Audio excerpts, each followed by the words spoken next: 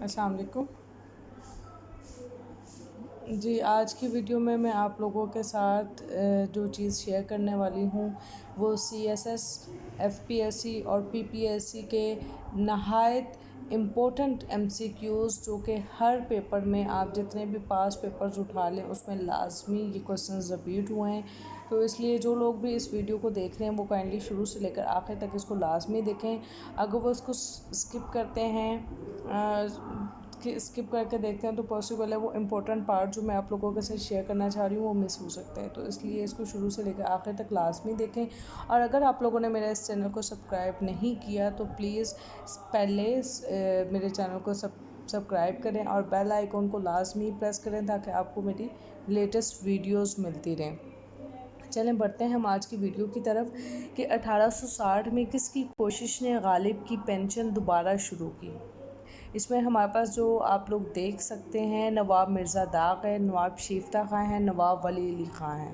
ٹھیک ہے، تو ہم جو اس کا کریکٹ آنسر ہے، میں نے کیونکہ آپ لوگ دیکھ سکتے ہیں اس کو میں نے پہلے سے ہی ٹک مارک کر لیا تھا تاکہ دیکھنے میں آسانی ہو. اب جو کریکٹ آنسر ہے وہ ہے نواب یوسف علی خاں. آپ دیکھ سکتے ہیں کہ میں نے اس کو ٹک مارک بھی کر دیا ہے. مرزا نوشہ کس شاعر کی عرفیت تھی؟ داغ، اکبر الہٰبادی، امیر مینائی، غالب. مرزا نوشہ غالب شاعر کی عرفیت تھی.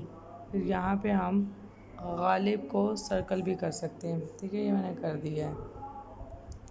اس کے بعد ہے مرزا اسد اللہ خاں غالب کب پیدا ہوئے؟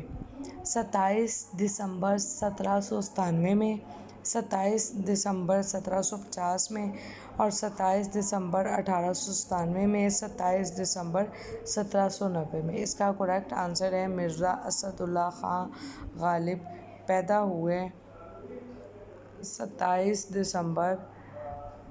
مرزا اسد اللہ خاں غالب پیدا ہوئے 27 دسمبر 1797 میں. آپ دیکھ سکتے ہیں میں نے یہاں پہ مارک بھی کی ہے.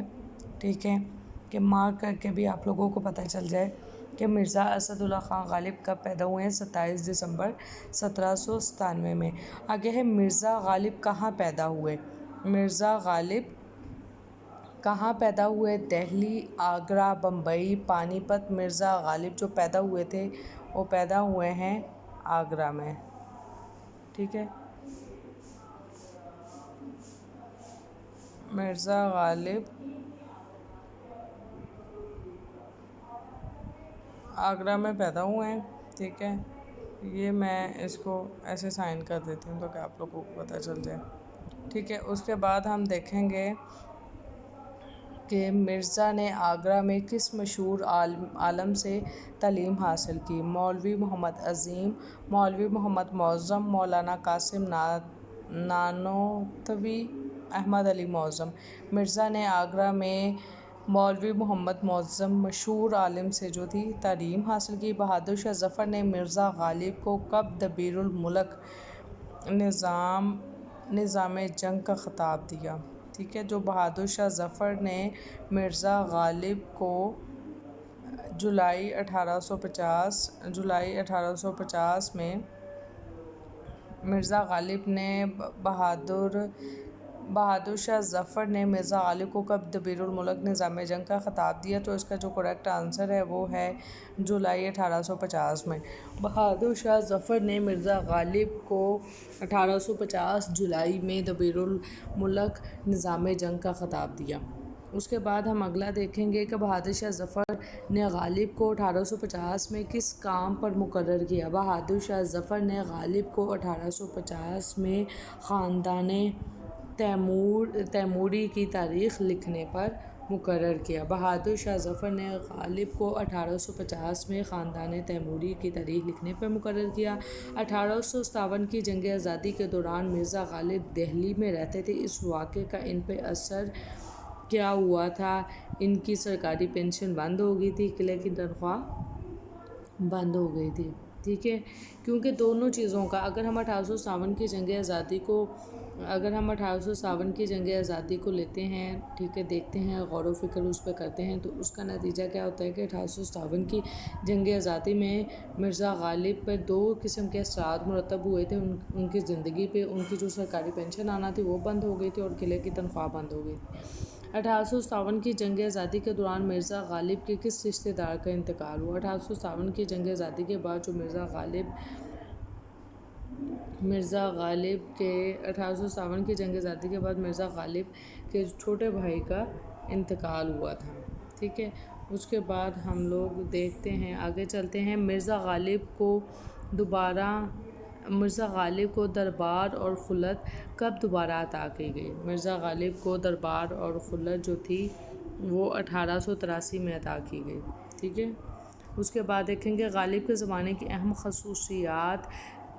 مغل حکمران عیش و عشرت کا شکار تھے، ہندوستان آپس کی خانہ جنگیوں میں مصروف تھے، انگریز اپنا قبضہ مستحکم بنا رہے تھے۔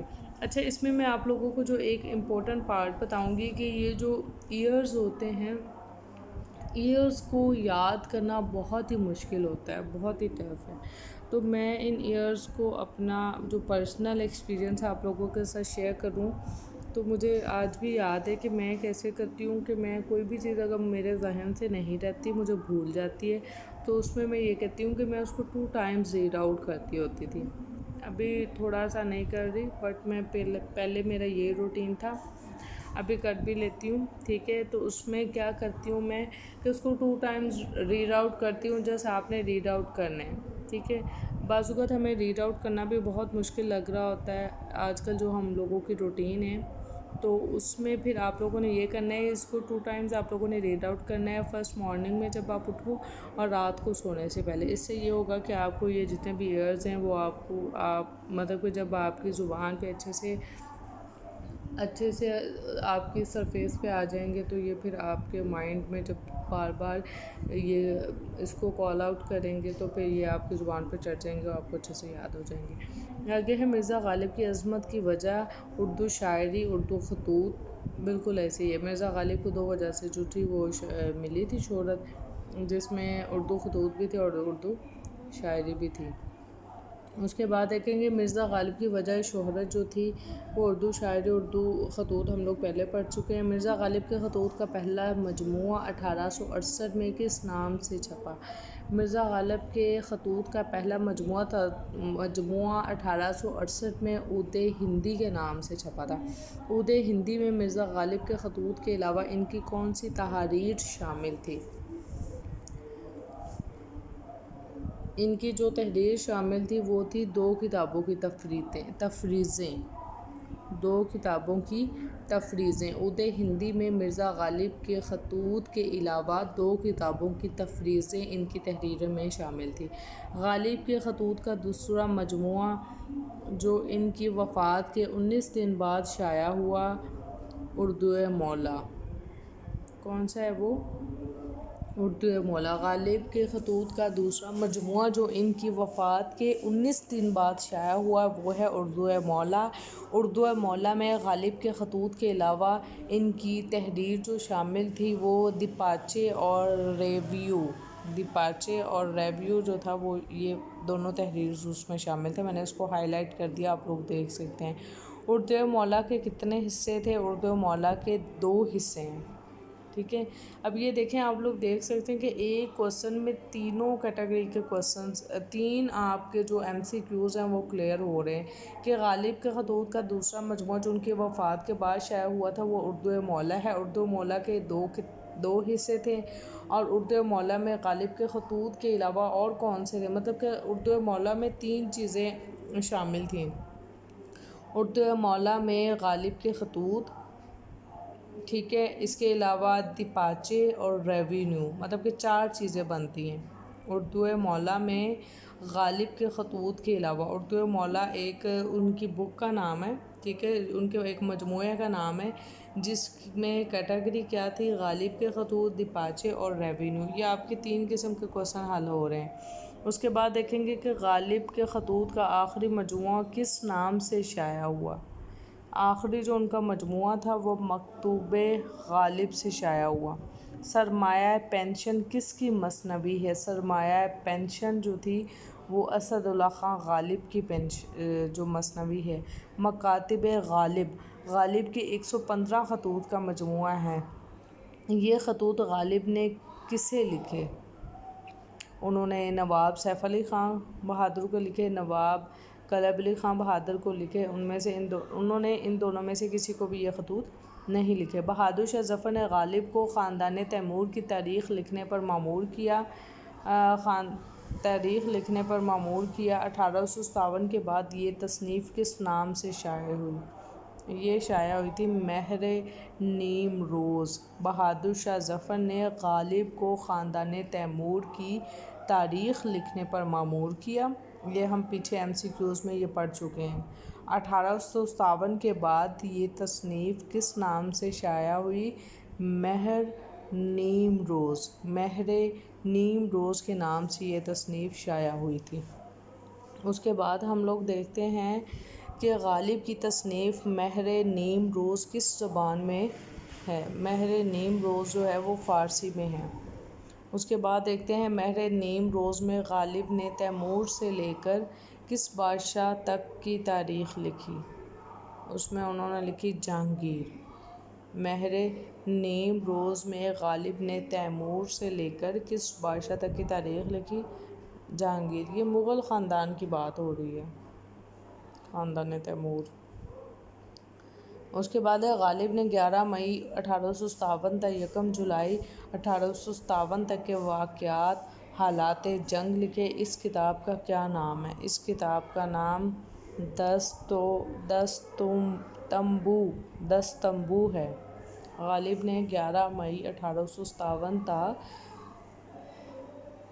1 جولائی 1857 تک کے واقعات حالات جنگ لکھے۔ اس کتاب کا نام دستمبو ہے۔ غالب کی کتاب دستمبو کس زبان میں ہے؟ یہ فارسی زبان میں ہے، کیونکہ اس وقت 1857 میں جتنی بھی کتابیں، زیادہ تر جو کتابیں ہیں وہ اگر آپ لوگ ریڈ آؤٹ کرتے ہیں، پڑھتے ہیں، تو آپ کو پتہ چلے گا کہ وہ زیادہ فارسی میں ہی ہوتی ہیں۔ اس کے بعد دیکھیں گے پہلے غالب نے قاطع برہان لکھی، بعد میں اس کتاب میں غالب نے اضافہ کر کے دوبارہ شائع کیا۔ پہلے غالب نے کون سی لکھی؟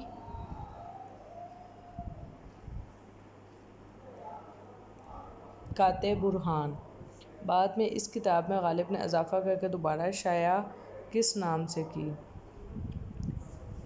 بعد میں انہوں نے اسے شائع کیا، کس نام سے کیا؟ یہ تھا درفش قادیانی کے نام سے۔ ٹھیک ہے، یہاں پہ ہے کہ پہلے غالب نے قاطع برہان لکھی، بعد میں اس کتاب میں غالب نے اضافہ کر کے دوبارہ شائع کس نام سے کی؟ وہ نام ہے درفش قادیانی۔ جی ہم اس کو لکھیں گے درفش قادیانی۔ اس نام سے غالب نے یہ کتاب لکھی تھی۔ پہلے غالب نے قاطع برہان لکھی، بعد میں اس کتاب میں غالب نے اضافہ کر کے جو کتاب دوبارہ شائع کی وہ درفش قادیانی تھی۔ میں نے آپ لوگوں کو لکھ کے بھی بتا دیا اس کا نام نا۔ غالب نے جب اردو میں خط لکھنے شروع کیے تو اس وقت اردو نثر کا کون سا اسلوب موجود تھا؟ اس وقت جو اردو نثر کا اسلوب موجود تھا وہ فورٹ ولیم کالج تھا۔ غالب نے اپنے خطوط میں قدیم دستور کے خلاف کیا چیز بالکل ترک کر دی؟ انہوں نے خیریت نگاری ترک کر دی اپنے قدیم دستور کے خلاف۔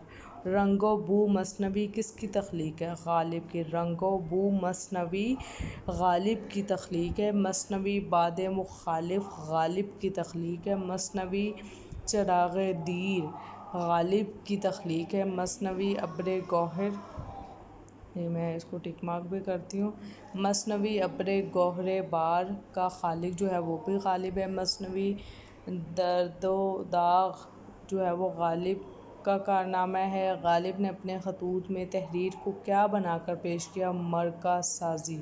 ٹھیک ہے، یہ بنا کر انہوں نے پیش کیا۔ اس کے بعد آپ لوگ لاسٹ میں دیکھ سکتے ہیں، ان کو آپ لوگوں کو جو یاد کرنے کی یا جو ذہن نشین کرنے کی ضرورت ہے وہ غالب کی تخلیقات ہے، جس میں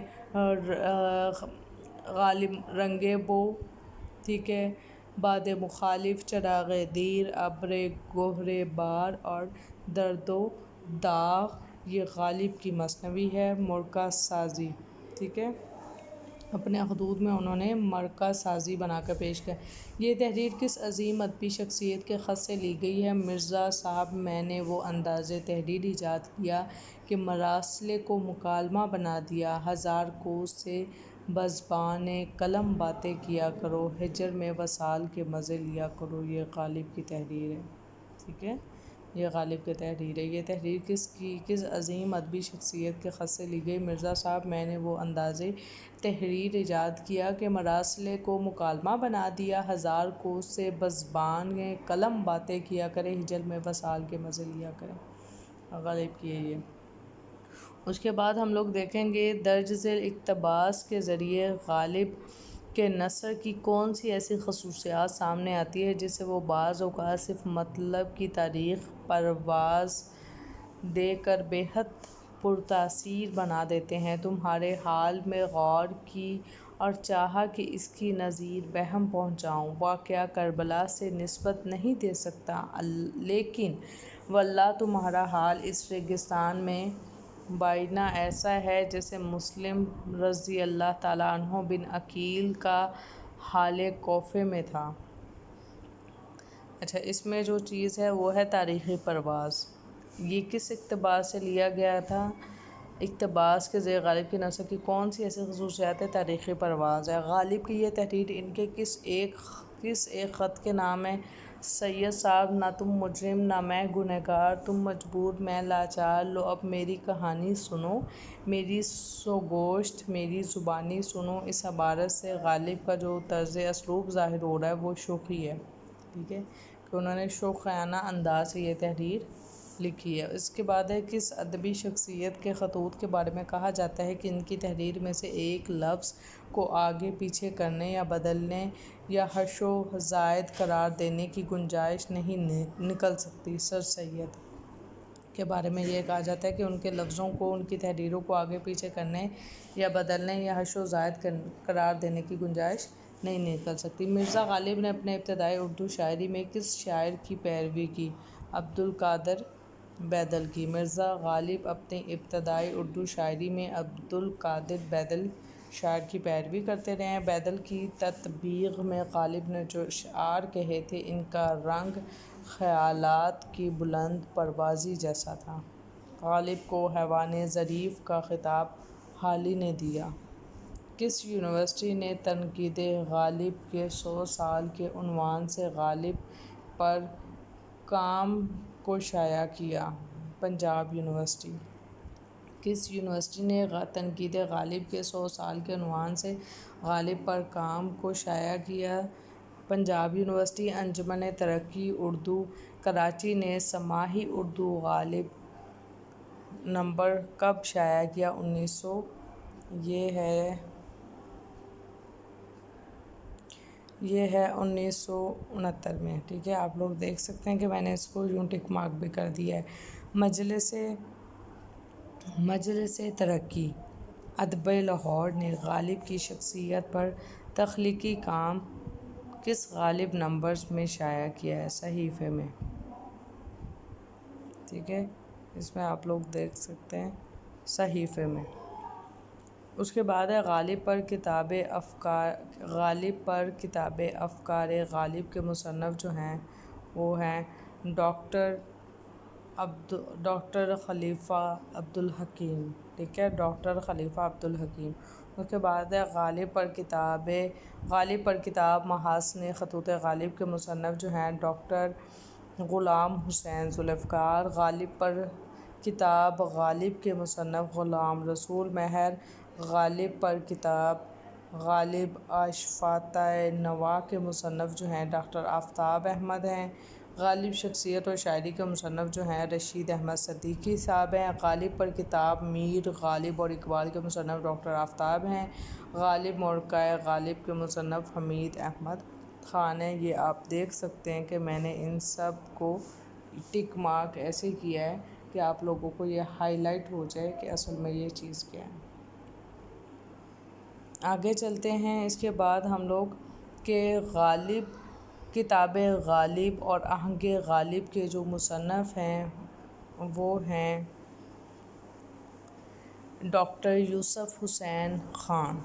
غالب پر کتاب غالب شاعر امروز و فردا کے مصنف ہیں۔ ڈاکٹر فرمان فتح پوری، کتاب غالب اور انقلاب 1857 کے مصنف۔ ڈاکٹر سعید معین الرحمن، کتاب حیات غالب کے مصنف شیخ محمد اکرم صاحب ہیں۔ اس کے بعد ہیں کتاب یادگار غالب کے مصنف الطاف حسین حالی۔ کتاب غالب اور اقبال کے مصنف ڈاکٹر A.B. اشرف صاحب ہیں۔ شمس الرحمن فاروقی نے غالب پر کون سی شرح لکھی؟ تفہیم غالب۔ غلام رسول مہر کی غالب پر کتاب کا نام نوائے سروش۔ شمس الرحمن فاروقی نے غالب پر کون سی کتاب لکھی؟ شمس الرحمن فاروقی صاحب نے غالب پر 3 کتابیں لکھی: تفہیم غالب، غالب پر چند تحریریں، غالب کے چند پہلو۔ یہ تھی ہماری آج کی ویڈیو۔ امید ہے کہ آپ سب لوگوں کو پسند آئی ہوگی، ٹھیک ہے، اور آپ لوگوں کو انشاءاللہ اس ویڈیو سے بہت فائدہ بھی ہونے والا ہے، لازمی ہوگا۔ اور مجھے اپنے کمنٹس باکس میں لازمی بتانا ہے کہ آپ کو یہ میری ویڈیو کیسے لگی۔ دعاؤں میں یاد رکھیے گا۔ جزاک اللہ۔